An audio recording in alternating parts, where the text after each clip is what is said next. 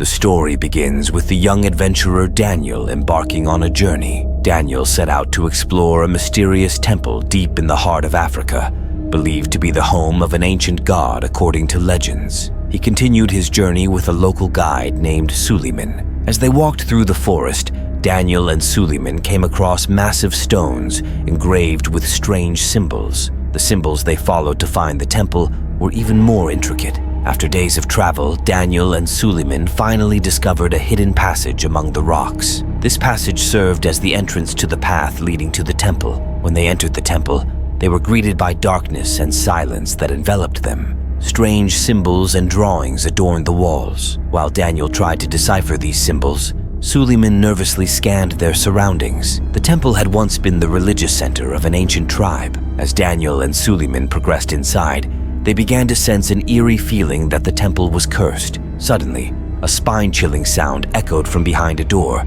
as if a strange song was playing in the wind. Determined to find the source of the sound, the two ventured into the room behind the door and were met with shock. In the middle of the room, on an ancient throne, lay an ancient skull that glowed in the dim light of a single candle. The skull's eyes flickered with a red light. Daniel and Suleyman examined this horrifying sight. The symbols surrounding the skull were more complex than anything they had ever seen. While Daniel wanted to unravel the mystery of these symbols, Suleyman insisted they should leave the room. However, Daniel was determined to continue his research and closely examined the skull. At that moment, the skull's eyes glowed even brighter, filling the room with a red light. Daniel blacked out for a moment, and when he came to, he realized that Suleyman had disappeared. Daniel began to search for Suleyman, but the strange sounds echoing within the temple unsettled him. He saw odd shadows in the corridors and felt that something was watching him. He wandered through the temple for days, but he couldn't find Suleyman. Slowly, his sanity started to unravel.